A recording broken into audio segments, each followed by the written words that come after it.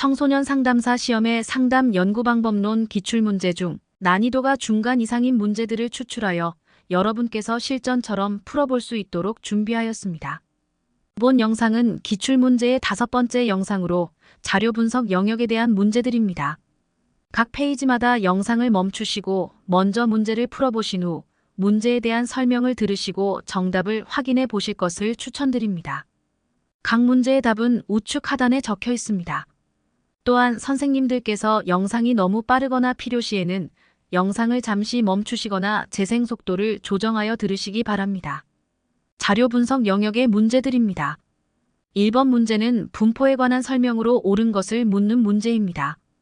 1번 문항은 표준 정규분포는 자유도에 따라 그 모양이 달라진다. 정규분포는 자유도가 없습니다. 자유도는 T분포, F분포, 카이제곱 분포 등에 있는 개념입니다. 따라서 틀린 문항입니다. 2번 문항은 표준 정규분포와 T분포는 첨도가 1이다. 표준 정규분포의 첨도는 0입니다. T분포는 정규분포보다 더 긴 꼬리를 가지므로 첨도가 0보다 크다고 할 수 있습니다. 따라서 2번 문항은 맞지 않은 내용입니다. 3번 문항은 자유도가 3인 카이제곱 분포는 정적인 편포이다. 옆에 카이제곱 확률 밀도함수에서 볼 수 있듯이 자유도가 3이면 정적 편포가 됩니다. 맞는 내용입니다. 4번 문항은 카이제곱은 0보다 작은 값을 가질 수 있다. 카이제곱은 항상 0보다 커서 틀린 내용입니다. 5번 문항은 F분포는 1개의 자유도를 가진다.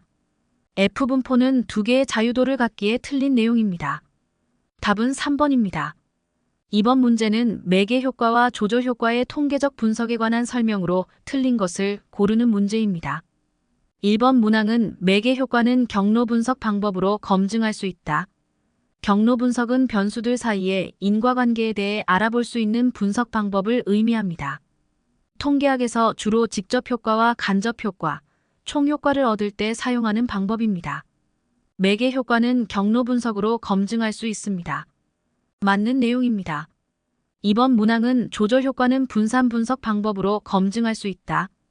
분산 분석은 조절 효과를 검증하는 방법 중에 하나가 될 수 있습니다. 맞는 내용입니다. 3번 문항은 매개와 조절 효과는 모두 구조방정식 방법을 활용하여 검증할 수 있다. 구조방정식을 통해 매개 및 조절 효과를 검증할 수 있습니다. 맞는 내용입니다. 4번 문항은 매개와 조절 효과는 모두 회귀 분석 방법을 활용하여 검증할 수 있다. 이 문항도 맞는 내용입니다. 매개 및 조절 효과는 회귀 분석식에 의해 검증할 수 있습니다. 5번 문항은 매개와 조절은 개념적으로 상이하지만 효과 검증을 위한 통계적 검정 방법 및 절차는 동일하다. 매개 효과는 중개 변수를 통해 두 변수 간의 관계를 설명하고 조절 효과는 두 변수의 상호작용을 통해 종속 변수에 미치는 영향을 이해합니다. 따라서 매개 효과와 조절 효과는 분석하는 방법과 통계적 검정 절차가 다르며 이를 구분하여 적절한 분석을 수행해야 합니다. 5번 문항은 틀린 내용입니다. 답은 5번입니다. 3번 문제는 스트레스는 남녀 간의 차이가 있을 것이다라는 연구가설을 검증하기 위해 남학생과 여학생을 각각 15명씩 표집하여 스트레스를 측정한 후 T검정을 실시하였다. 괄호에 해당하는 값을 고르는 문제입니다. 연가설을 스트레스는 남녀 간의 차이가 없다로 설정할 수 있습니다. 따라서 이는 양방검정에 해당합니다. 아래 표에서 자유도가 28이고 T값이 3인 경우 누적 확률은 0.0028입니다. 양방검정이기에 양측에 0.0028의 확률을 가지고 있어 곱하기 2를 하여 유의 확률 P값은 0.0056이 됩니다. 답은 3번입니다. 4번 문제는 상담자의 4가지 유형 중 내담자가 가장 선호하는 유형이 내담자의 남녀 성별에 따라서 차이가 있는지 보기 위해 200명의 내담자를 대상으로 조사하였다. 검정 통계량 카이 제곱값이 5이고 자유도에 따른 카이 제곱값이 5 이상의 확률이 아래 표와 같다고 할 때 카이 제곱 검정에서의 유의 확률을 구하라는 문제입니다. 이 문제에서 상담자 유형이 4가지이고 성별이 2개여서 자유도는 각 변수에서 2를 뺀 값인 3 곱하기 2를 하여 3이 됩니다. 따라서 유의 확률은 표에서 0.17이 됩니다. 답은 2번입니다. 5번 문제는 인지적 가족 치료가 가족 구성원의 의사소통에 미치는 효과를 연구하기 위해 총 10가족에게 6회기 가족 상담을 진행하고 매회기 내담자들의 의사소통 패턴을 측정하였다. 이 연구의 가장 적절한 분석 방법을 고르는 문제입니다. 매회기 반복하여 측정하는 경우에는 반복 측정 분산 분석을 하는 것이 적절합니다. 반복 측정이 아니고 사전 사후 검사인 경우에는 대응 표본 T검정을 하면 됩니다. 답은 4번입니다. 6번 문제는 통계적 분석과 그것이 사용되는 경우를 옳게 짝지은 것을 고르는 문제입니다. 1번 문항은 공분산 분석은 에타 제곱값을 통하여 집단 간 차이를 검증한다. 틀린 내용입니다. 공분산 분석은 외생 변수를 공변량으로 처리한 후 각 그룹 사이의 종속 변수 값에 차이가 있는지를 조사하는 방법을 말합니다. 2번 문항은 Z검정은 모집단의 분산을 모르는 경우 집단 간 차이를 검증한다. 틀린 내용입니다.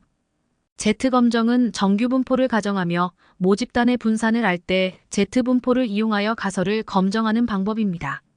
3번 문항은 T검정은 모집단의 평균과 분산을 아는 경우 집단 간 차이를 검증한다. 틀린 내용입니다. T검정은 모집단의 분산이나 표준 편차를 모를 때 표본 분산이나 표본 표준 편차를 이용하여 검정하는 방법입니다. 4번 문항은 중다 회귀 분석은 독립 변수가 복수의 종속 변수에 미치는 영향을 종속 변수 간 공분산을 고려하여 검증한다. 틀린 내용입니다.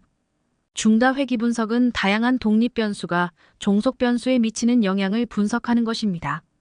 5번 문항은 카이 제곱 검정은 분석할 종속 변수가 범주형 변수일 때 그 빈도에 따라 집단 간 동질성 혹은 상관성을 검증한다. 이 내용은 맞는 설명입니다. 답은 5번입니다. 7번 문제는 명목 척도로 조사된 변수들 간의 관계에 관한 통계 분석에서 적합한 분석 방법을 고르는 문제입니다. 명목 척도 간의 관계를 분석하는 방법은 카이 제곱 검정입니다. 답은 4번입니다. 8번 문제는 상담 기법 효과, 상담자 효과, 상담 장소 효과가 우울 감소에 영향이 있는지를 확인하는 고정효과 3원 분산 분석에서 가능한 F검정의 최대 횟수를 묻는 문제입니다.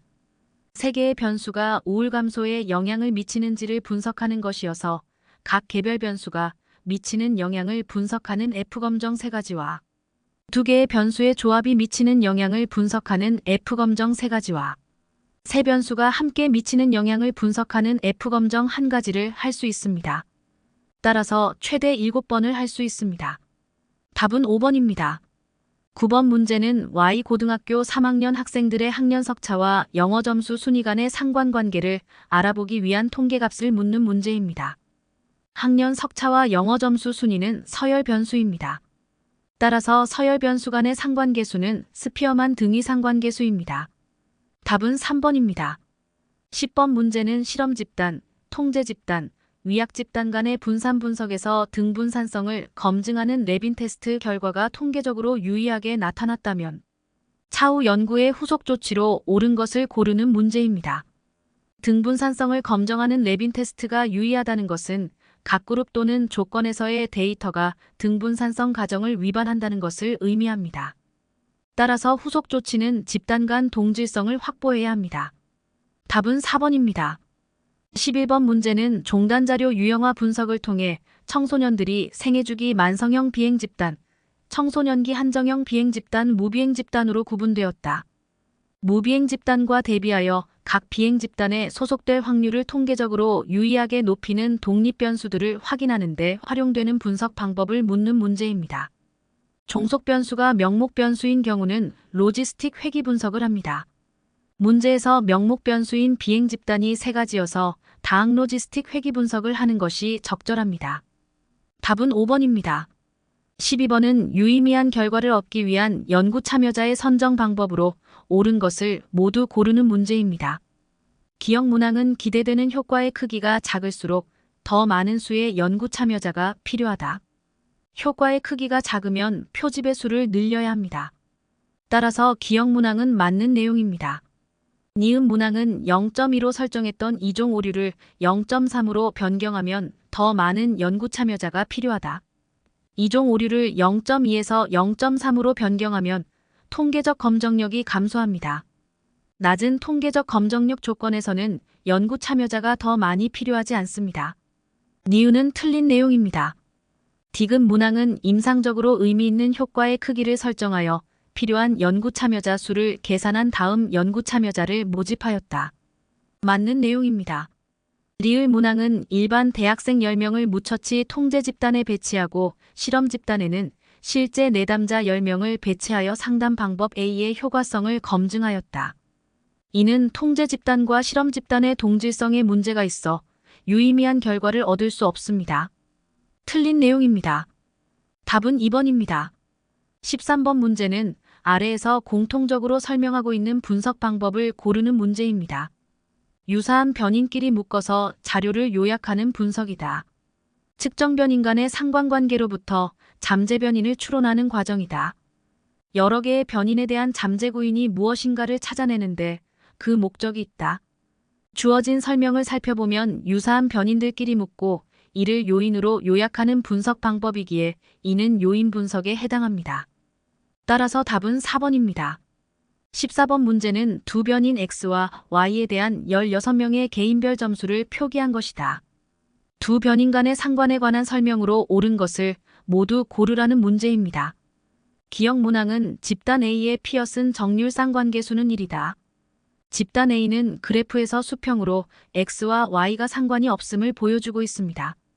따라서 피어슨 상관계수는 0입니다. 틀린 내용입니다. 니은 문항은 집단 B에서는 스피어만 상관계수가 피어슨 정률 쌍관계수보다 더 크다. 집단 B는 우상향의 곡선 그래프로 나타나 있습니다. 스피어만 상관계수는 직선으로 완전 정적 상관일 경우에만 피어슨 상관계수와 같습니다. 곡선의 형태인 경우에는 스피어만 상관계수가 피어슨 상관계수보다 큽니다. 따라서 맞는 내용입니다.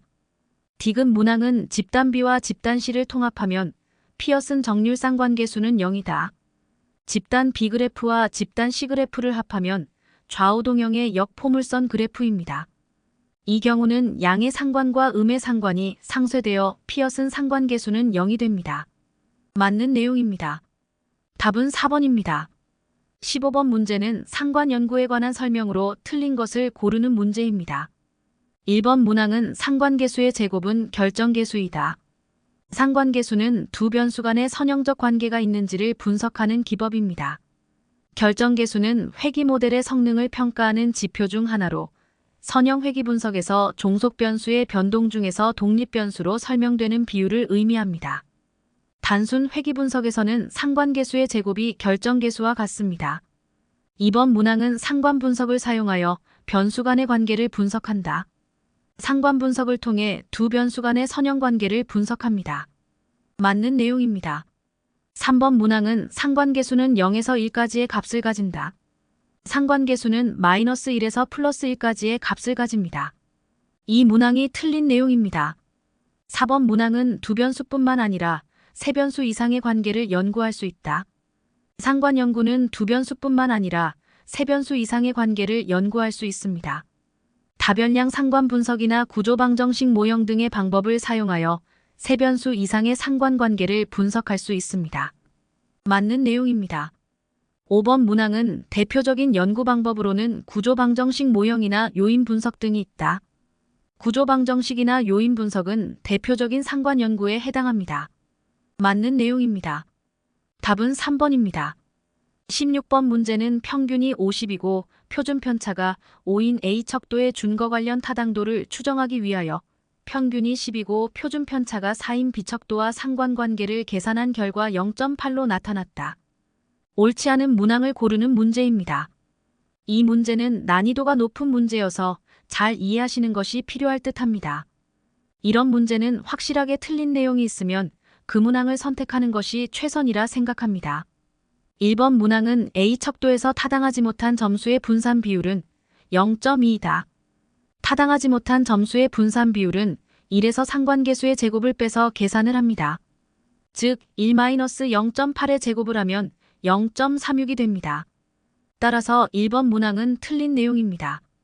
2번 문항은 A척도에서 B척도와 공유하는 점수의 분산은 16이다. 공유하는 점수의 분산은 공분산을 의미합니다. 공분산을 각 변수의 표준 편차를 나눈 것이 상관계수입니다. 따라서 공분산은 0.8 곱하기 5 곱하기 4로 계산하여 16입니다. 맞는 내용입니다. 3번 문항은 A 척도에서 B 척도와 공유하지 않는 점수의 분산은 9이다. 공유하는 분산이 16이고 상관계수가 0.8이므로 전체 분산은 16을 0.8의 제곱을 나누면 25입니다. 따라서 공유하지 않는 분산은 25에서 16을 빼면 9가 됩니다. 맞는 내용입니다. 4번 문항은 A 척도에서 B 척도와 공유하는 점수의 분산 비율은 0.64이다. 1번 문항에서 설명했듯이 공유하는 분산 비율은 0.8의 제곱으로 0.64가 맞는 내용입니다. 5번 문항은 A 척도의 점수로 B 척도의 점수를 예언할 때 예언된 점수와 실제 점수 간 차이의 표준 편차는 2.4이다. 실제 점수 B 척도의 표준 편차는 4이고 상관계수의 제곱인 0.64는 신뢰도 계수라 할 수 있습니다. 표본 오차의 계산 공식에서 표본 오차는 표준 편차 곱하기 1 마이너스 신뢰도 계수의 루트 값이었습니다. 즉 4 곱하기 0.6을 하여 2.4가 됩니다. 맞는 내용입니다. 17번 문제는 학생들의 성별과 그들이 선호하는 상담자들의 성별 간의 관계를 추정하는데 알맞은 상관계수는 무엇인가 하는 문제입니다. 두 변수가 모두 명목 변수입니다. 명목 변수 간의 상관계수는 파이계수입니다. 답은 4번입니다. 18번 문제는 두 변수가 모두 이분 변수인 경우에 가장 적합한 상관계수를 묻는 문제입니다. 두 변수가 모두 이분 변수일 경우에 상관계수는 파이계수입니다. 답은 1번입니다. 19번 문제는 상관계수에 관한 설명으로 옳지 않은 것을 고르는 문제입니다. 1번 문항은 R이 0이면 상관관계가 없음을 뜻한다. 상관계수가 0이면 상관관계가 없다는 의미로 맞습니다. 2번 문항은 동일한 두 변수의 측정 단위가 변하면 상관계수는 변한다. 측정 단위가 바뀌어도 한 변수의 변동에 따른 다른 변수의 변동은 동일하기에 상관계수는 변하지 않습니다. 틀린 내용입니다. 3번 문항은 -1과 1 사이의 값을 갖는다. 맞는 내용입니다. 4번 문항은 상관계수 -0.75는 플러스 0.25보다 상관관계가 더 크다. 상관계수는 음의 상관과 양의 상관이 있습니다. 양과 음의 상관없이 절대값이 크면 더 큰 상관이 있다는 것을 의미합니다. 따라서 맞는 내용입니다. 5번 문항은 공변동성에 대한 표준화된 측정치이다. 이 내용은 상관계수가 두 변수 간의 공분산을 표준화하여 두 변수의 단위에 영향을 받지 않고도 비교할 수 있는 지표라는 의미입니다. 상관계수는 공분산을 각 변수의 표준 편차로 나눈 값으로 계산됩니다. 이렇게 함으로써 상관계수는 -1에서 1까지의 범위를 가지며 변수의 단위에 영향을 받지 않으므로 서로 다른 변수 간의 비교가 가능합니다. 5번은 맞는 내용입니다. 답은 2번입니다. 20번 문제는 변수 x와 y 간의 공분산 및 피어슨 정률 상관계수에 관한 설명으로 옳은 것을 모두 고르는 문제입니다. 기억 문항은 x의 분산이 0이면 x와 y 간의 공분산은 항상 0이다. x의 분산이 0이면 변하지 않은 값으로 상수라는 의미입니다. 따라서 x와 y의 공분산도 0이 됩니다. 맞는 설명입니다. 니은 문항은 x와 y 간의 피어슨 정률 상관계수가 0.5이면 x는 y의 분산 중 25%를 설명할 수 있다. 피어슨 상관계수의 제곱은 결정계수라고도 불리며 두 변수 간의 분산 중 하나의 변수가 다른 변수를 얼마나 잘 설명하는지를 나타냅니다. 따라서 피어슨 상관계수가 0.5라면 0.5의 제곱은 0.25가 되어 x가 y의 분산 중 약 25%를 설명한다고 할 수 있습니다. 맞는 설명입니다. 디귿 문항은 x와 y를 100분위로 변환하더라도 변환된 두 변수 간의 피어슨 정률 상관계수는 변하지 않는다. 100분위로 변환을 하면 분포가 달라져 피어슨 상관계수도 변하게 됩니다. 틀린 설명입니다. 답은 3번입니다. 21번 문제는 상관연구 설계에서 활용할 수 있는 분석 방법으로 옳지 않은 것을 고르는 문제입니다. 1번 단순 상관은 당연히 상관연구에 해당합니다. 2번 중다회귀, 3번 구조방정식 모델링, 4번 위계적 선형 모델링은 모두 상관연구 설계에서 활용할 수 있는 분석 방법입니다. 5번 콜모고로프 스미르노프 검증은 분포의 정규성을 검증하는 것입니다. 답은 5번입니다. 22번 문제는 피어슨 정률 상관계수에 관한 설명으로 옳은 것을 모두 고르는 문제입니다. 기억 문항은 두 변인 x와 y의 편차점수 곱의 평균으로 구할 수 있다. 기억 문항의 내용은 공분산을 구하는 내용입니다. 피어슨 정률 상관계수는 공분산을 각 변수의 표준 편차의 곱으로 나누어 구합니다. 따라서 틀린 내용입니다. 니은 문항은 상관계수 0.6은 상관계수 0.3에 비해 2배의 상관을 가진다고 할 수 있다. 상관계수는 두 변수 간의 선형관계의 강도를 측정하는 지표입니다. 상관계수 0.6과 0.3 사이에서는 2배의 차이가 아니라 두 상관계수 간의 상관관계의 강도가 크게 다르다고 할 수 있습니다. 틀린 내용입니다. 디귿 문항은 변량이 0인 변인 x와 타 변인 간의 피어슨 정률 상관계수는 반드시 0이다. 변인 x의 변량이 0이면 피어슨 정률 상관계수는 0이 됩니다. 맞는 내용입니다. 답은 2번입니다. 23번 문제는 양류 상관계수에 관한 설명으로 옳은 것을 모두 고르는 문제입니다. 양류 상관계수는 점이연 상관계수라고도 합니다. 연속 변수와 이분 변수 간의 상관 분석에서 산출되는 것이 점이연 상관계수입니다. 기억 문항은 성별과 같이 자연적인 이분 변인과 양적 변인 간의 관계 분석에 적합하다. 맞는 내용입니다. 니은 문항은 0, 1로 채점된 특정 문항과 검사 점수 간의 양류 상관계수는 피어슨 정률 상관계수와 동일한 값이 산출된다. 이 문항은 맞는 내용입니다. 디귿 문항은 동일 자료라면 양류 상관계수는 양분 상관계수와 동일한 값이 산출된다. 양분 상관계수는 이연 상관계수라고도 하는데 인위적인 이분 변수와 연속 변수 간의 상관계수입니다. 따라서 이연 상관계수는 피어슨 정률 상관계수와 동일한 결과를 갖지 않습니다. 따라서 틀린 내용입니다. 답은 3번입니다. 24번 문제에서 두 변수가 서열 척도로 측정된 경우 사용되는 상관계수는 등위 상관계수 또는 스피어만 등위 상관계수입니다. 이는 서열 상관계수라고도 합니다. 답은 4번입니다. 25번 문제는 피어슨의 정률 상관계수에 관한 설명으로 옳지 않은 것을 고르는 문제입니다. 1번 문항은 상관계수의 값은 -1부터 1 사이에 어떤 값을 가진다. 맞는 내용입니다. 2번 문항은 상관계수가 1이라면 두 변이는 완전히 1대1로 변화함을 뜻한다. 맞는 내용입니다. 3번 문항은 상관계수가 0이라면 두 변인이 서로 독립되어 있다는 것을 뜻한다. 맞는 내용입니다. 4번 문항은 상관계수 -0.75와 상관계수 0.25 중 상관의 정도가 더 큰 것은 0.25이다. 이 내용은 맞지 않습니다. -0.75가 0.25보다 더 상관의 정도가 큽니다. 5번 문항은 변인 간 관계가 선형적으로 나타난다.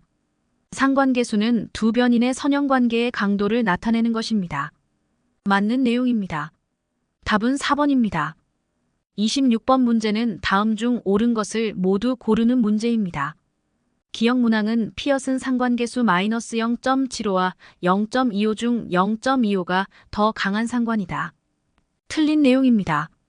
니은 문항은 피어슨의 상관계수와 스피어만의 상관계수는 결과 해석을 동일하게 한다. 이 내용은 맞습니다. 디귿 문항은 비직선적 관계를 알아보고자 할 때는 상관비를 산출한다. 두 변수 간의 분포가 컷 모양이나 캡 모양의 형태가 나타나는 경우에는 상관비 등을 구해야 합니다. 맞는 설명입니다. 리을 문항은 스마트폰 중독 여부와 사회성 간 상관은 사분 상관계수로 산출한다. 사분 상관계수는 두 변수가 모두 명목 변수이고 인위적인 이분 변수일 때 구하는 상관계수입니다. 스마트폰 중독 여부는 명목 변수이나 사회성은 연속 변수여서 틀린 내용입니다. 미음 문항은 서열의 분포가 점수의 분포보다 훨씬 큰 경우 스피어만의 상관계수를 산출하는 것이 바람직하다. 스피어만 상관계수는 반대로 서열의 분포보다 이상점처럼 점수의 분포가 훨씬 큰 경우에 산출하는 것이 바람직합니다. 틀린 내용입니다. 답은 2번입니다. 27번 문제는 상관 분석에 관한 설명으로 옳지 않은 것을 고르는 문제입니다. 1번 문항은 두 변수의 값에 음의 상수를 곱하면 두 변수 간의 상관은 감소한다. 상관계수는 각 변수의 편차점수로 계산하기에 음의 상수를 곱하더라도 변수 간의 선형관계는 변하지 않습니다. 틀린 내용입니다. 2번 문항은 상관계수는 -1에서 1의 값을 가진다. 맞는 내용입니다. 3번 문항은 상관계수의 절대값이 0.8 이상이면 강한 상관관계이다.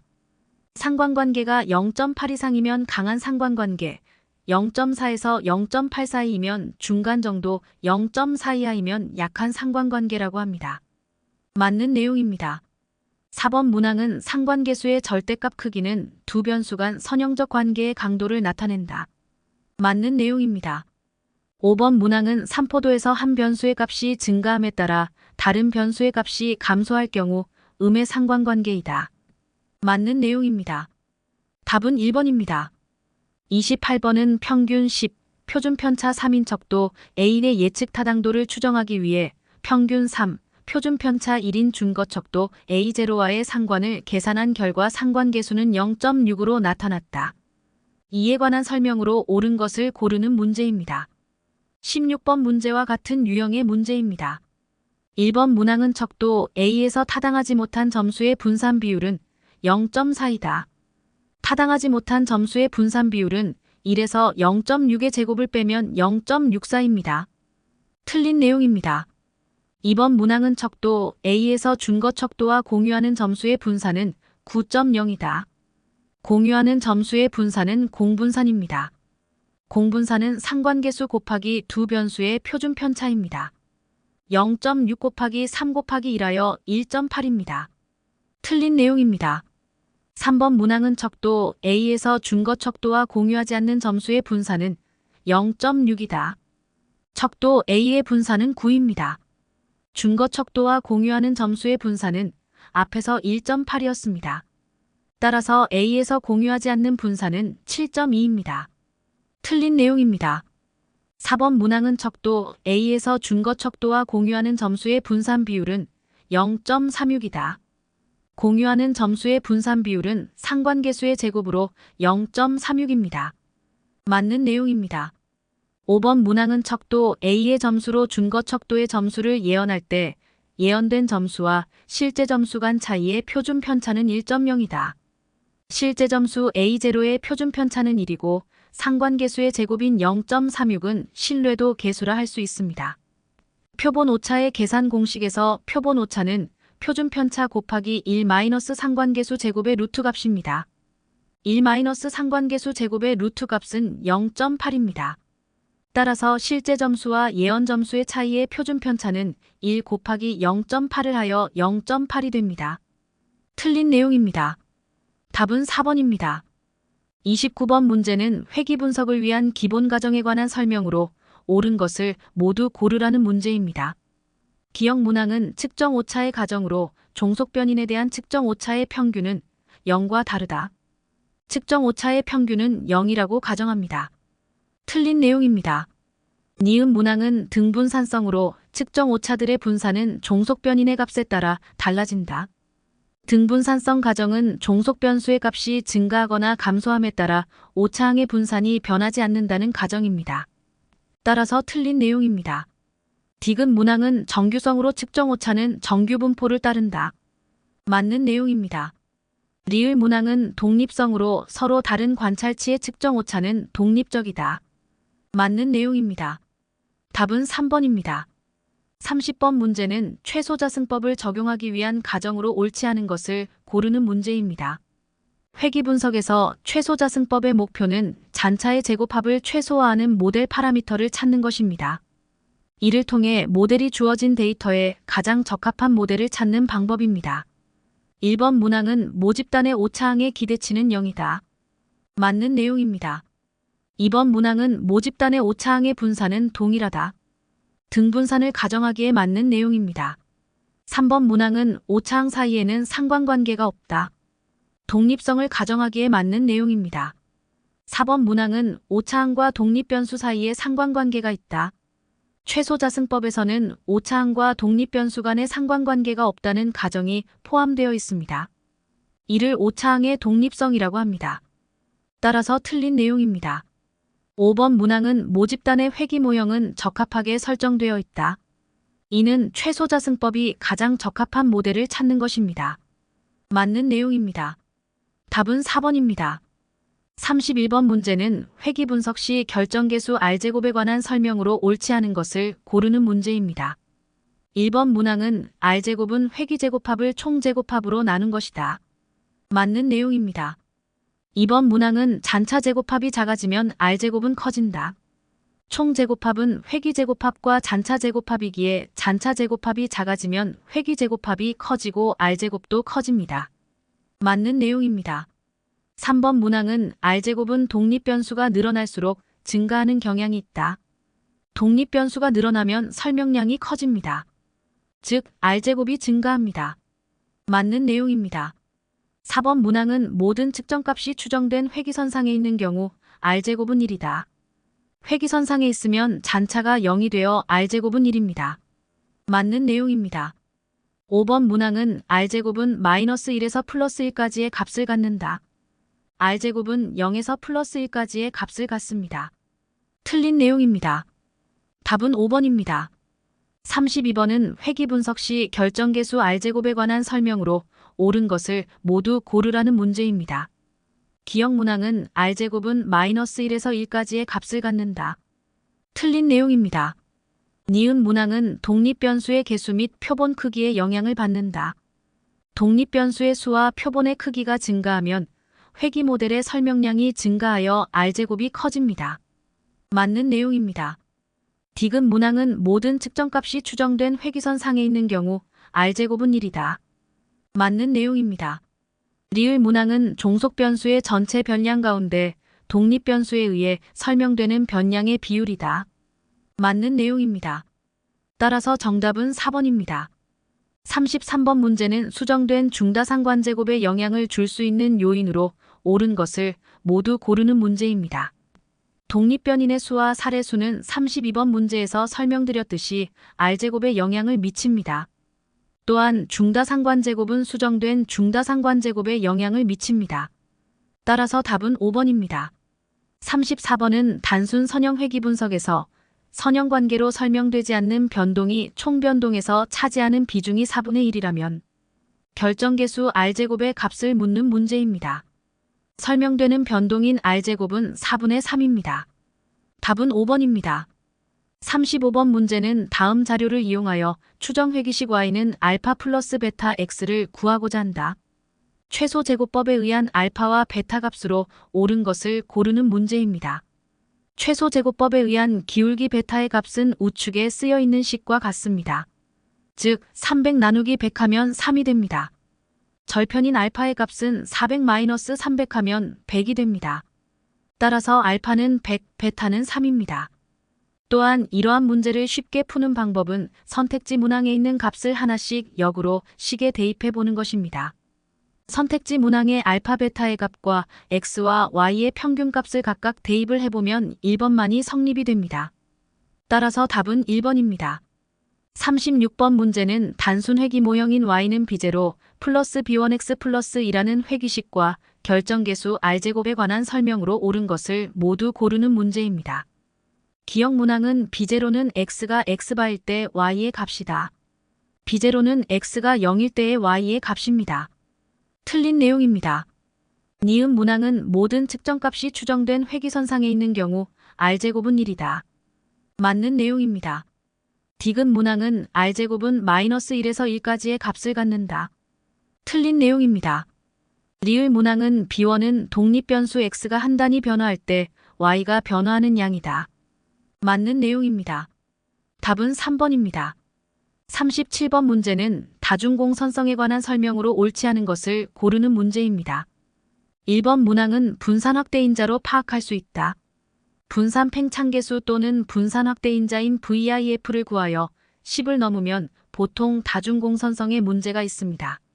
맞는 내용입니다.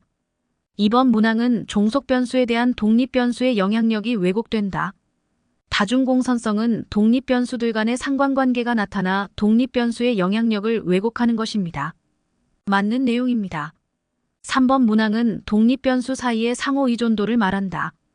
맞는 내용입니다. 4번 문항은 1.0보다 큰 표준화 회귀계수가 나타날 수 있다. 표준화 회귀계수는 독립변수들의 표준 편차가 1인 상태에서 종속변수와의 관계를 나타내는 회귀계수입니다.